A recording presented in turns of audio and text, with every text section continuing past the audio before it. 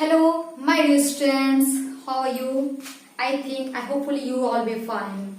As we are just here to learn tense.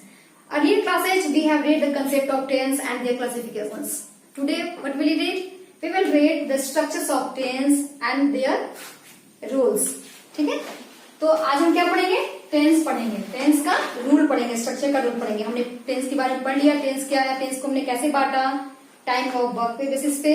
फिर हमने उसकी क्लासिफिकेशंस पढ़ लिए, कैसे उसके काइंड्स पढ़ लिए, और हमने चार्ट बनाया था. आप जाके पहले बैच में देखोगे, पहले हमारे वीडियो में, तो उसमें हमने चार्ट बनाया था कि प्रेजेंट टेंस में, पास्ट टेंस में किस किस का यूज करते हैं. तो क्या है, प्रेजेंट टेंस में हमने यूज किया था डू या डज का, is, are, has, have. Past में क्या यूज किया था, डिड, वाज, वर, हैड, और फ्यूचर में will, shall be, will have been. जैसा रूल स्ट्रक्चर होगा उसके अकॉर्डिंग हम करते जाएंगे. जैसे आज हम पढ़ते हैं प्रेजेंट इंडेफिनिट. पहला हमारा आया था कैटेगराइज करने के बाद present indefinite tense. Present indefinite का टेंस का यूज हैबिचुअल एक्शन को दिखाने के लिए होता है, हमारे रूटीन को दिखाने के लिए होता है. जो जो हमारी दिनचर्या होती है, जैसे हमारे स्कूल का बच्चा विद्यालय जाता है, वो उसका हैबिट है जाने का. सूर्य क्या होता है, पूरब में उगता है. ये हैबिचुअल एक्शन, ये यूनिवर्सल ट्रूथ है. इसके लिए भी हमारा किसका यूज होता है, प्रेजेंट इंडेफिनिट का ही होता है. न्यूज पेपर्स में हम पढ़ते हैं, उसमें भी प्रेजेंट इंडेफिनिट का ही यूज होता है. ठीक है, तो प्रेजेंट इंडेफिनिट का यूज कैसे कैसे होता है. जैसे राम विद्यालय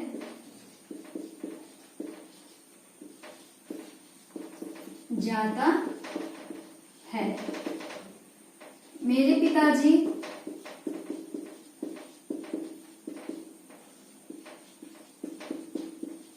ऑफिस जाते हैं. तो ये तो हमने कहा कि हैबिचुअल एक्शन को हम इंडेफिनिट में समझते हैं, बनाते हैं.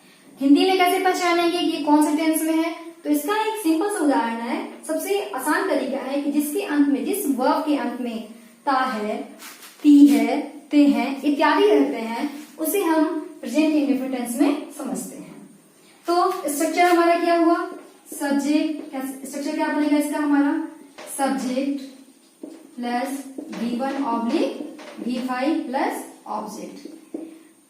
ये हमारा स्ट्रक्चर है प्रेजेंट इंडेफिनिट का. ठीक है, तो अब ये हम कहेंगे कि ये V1 और V5 क्या है. तो वर्ब को 5 भागों में कैटेगराइज किया गया है. V1, V2, V3, V4 और V5. एक तरीका हम क्यों ना इसको भी पढ़ ले कि हम कैसे समझेंगे कि किसका, कौन से वर्ब का यूज किस टेंस में होगा. ये भी बहुत आसान है. एक तरीके को हम इसको भी देख लेंगे. V1 यानी root verb, root form, main verb. जैसे हमारा ईट, ईट में कुछ नहीं लगा है, तो ये हमारा क्या है, इसका रूट वर्ड है. ठीक है, तो और इसका हम प्रयोग किसमें करते हैं, प्रेजेंट में करते हैं. ठीक है, सिंपल प्रेजेंट, या इसको हम प्रेजेंट इंडेफिनिट में भी करते हैं. V2 मतलब इसका सेकेंड फॉर्म, पास्ट फॉर्म. ठीक है, तो ईट का एट, इसका किसमें प्रयोग होता है, पास्ट में, पास्ट इंडेफिनिट. ठीक है, V3 का ईट, एट, इटेन. हमने हमेशा अपने क्लासेस में क्या किया है, रट्टा मारा है कि ईट, एट, इटेन, इटिंग. तो ये इटेन जब भी आता है हमारे टेंस में, इसके पहले हैज फॉलो होगा, हैज या हैव या हैड. ठीक है, तो जब भी आएगा हमारा ये परफेक्ट में आएगा, परफेक्ट में. वो प्रेजेंट भी हो सकता है, प्रेजेंट परफेक्ट भी, पास्ट परफेक्ट भी, उसका हम उसमें यूज करेंगे. V4 यानी वर्ब प्लस आईएनजी, यानी ईट प्लस आईएनजी, ईटिंग. किसी भी वर्ब में आईएनजी लगा रहेगा, इसका मतलब वो कंटिन्यूअस फॉर्म में है. The work is going on. ठीक है, तो वो काम चल रहा है. चल रहा है का मतलब कंटिन्यूअस. कंटिन्यूअस भी कोई भी प्रेजेंट हो या फ्यूचर हो या पास्ट हो. और V5 का मतलब वर्ब, रूट वर्ब में एस या ईएस लगा देते हैं. तो ईट है तो ईट में एस लगा देंगे. ये भी इसका किसका प्रयोग होगा? सिंपल प्रेजेंट का, या इसको प्रेजेंट इंडेफिनिट भी कहेंगे। एक बात का हम याद रखेंगे, इसमें हमने एस लगाया ना, एस लगाया है मैंने इसमें एस लगाया। हमने पढ़ा है कि वर्ड के अंत में एस लगाने से वो प्लूरल हो जाता है, लेकिन यहाँ पे कुछ डिफरेंट है। When s is added at the end of verb, what is this? This is verb. It is a verb here. ठीक है? If s is added at the end of verb, then it will be considered as singular.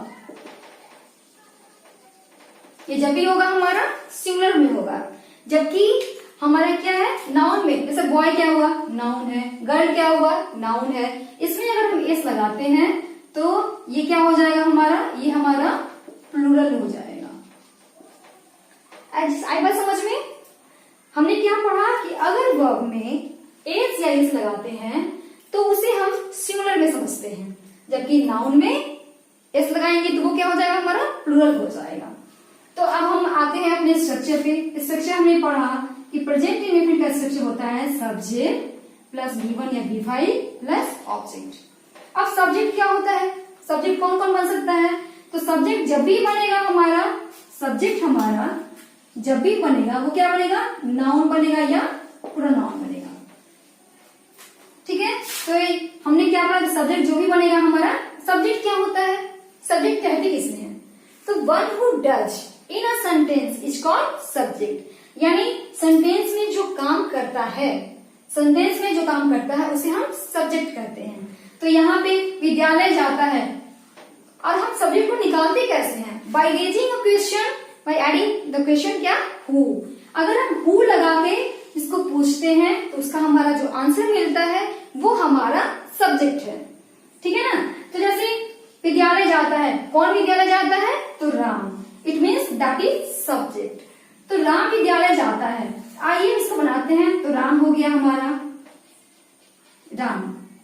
अब जाता है, हमने पढ़ा कि अगर ता है ती है तो वो प्रेजेंट इंडेफिनिट में है, तो इसका मतलब V1 या V5 एक रूल इसका है, यदि सिंगुलर सब्जेक्ट हो तो वो राम यहाँ सिंगुलर है ना, राम में एस नहीं लगा है तो राम नाम है, नाम जब भी होगा वो सिंगुलर होगा। तो नाम है राम, राम सिंगुलर है, थर्ड पर्सन में है, तो इसके साथ क्या होगा, गोज हो जाएगा। Verb will be in fifth form, goes to school.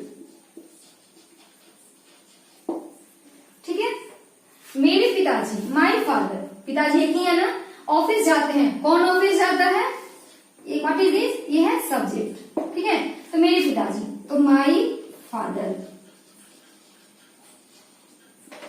ठीक है, गोज टू ऑफिस।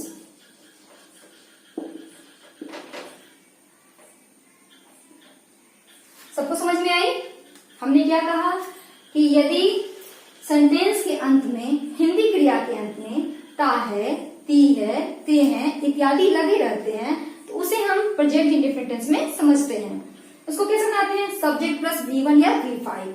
तो सब्जेक्ट हमारा अगर सिंगुलर सब्जेक्ट है तो सिंगुलर वर्ब, प्लूरल सब्जेक्ट है तो प्लूरल वर्ब का यूज करते हैं। जैसे Ram goes to school, Ram हमारा सिंगुलर है तो हमने सिंगुलर वर्ब का यूज किया। My father goes to office, इस तरह से हमारा प्रेजेंट इंडेफिनिट का। आप क्या करेंगे, आपके लिए एक वर्क है कि आप 5 सेंटेंस को बनाएंगे और हमारे कमेंट बॉक्स में नीचे में डाल देंगे, तो मैं देख लूंगी कि आपका कंसेप्ट क्लियर हुआ या नहीं।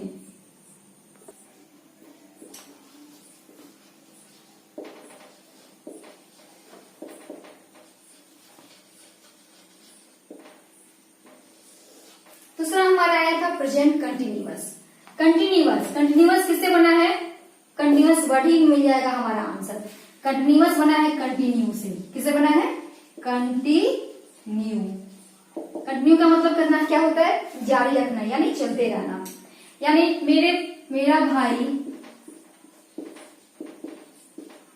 भाई किताब पढ़ रहा है। ठीक है ना, यानी काम जो है, the work is going on at the time of speaking.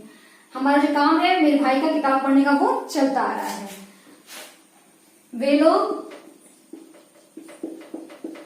खेल रहे हैं, खेल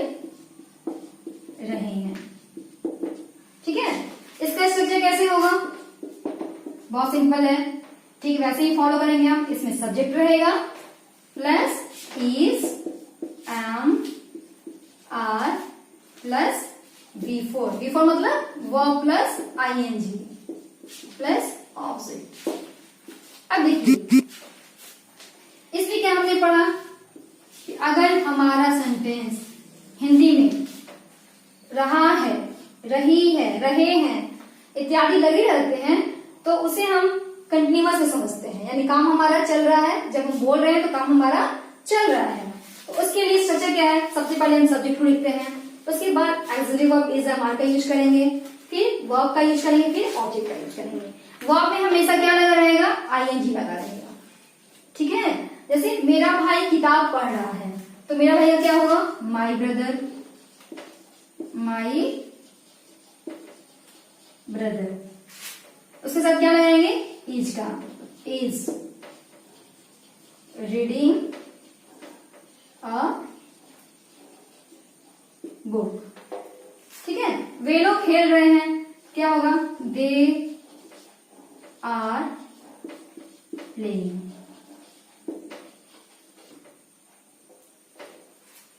क्या वो हमने नियम क्या है कि सब्जेक्ट के बाद हम इज एम आर का लगाते हैं। Is am are according to the place of subject, subject में जो होगा उसके अकॉर्डिंग हमारा इज फॉलो होगा, एम फॉलो होगा, आर होगा। अगर आपको परेशानी हो रही है कि किसके साथ इज लगाएंगे तो मैं आपका थोड़ा सा ट्रिक हेल्प कर लेती हूँ। आई के साथ क्या लगेगा, जब भी लगेगा एम लगेगा, ठीक है। यू के साथ क्या लगेगा, आर लगेगा।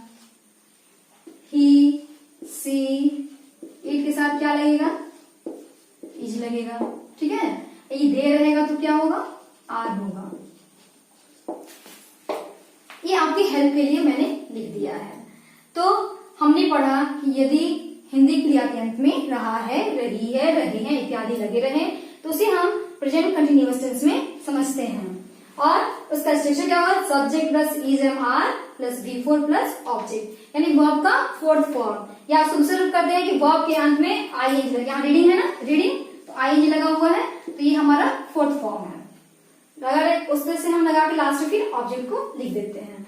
I hope you all have understand you all have understood both two sentences in that form. Next sentences we will read in the next video. So I think if you have liked this video, kindly tell me how you have felt.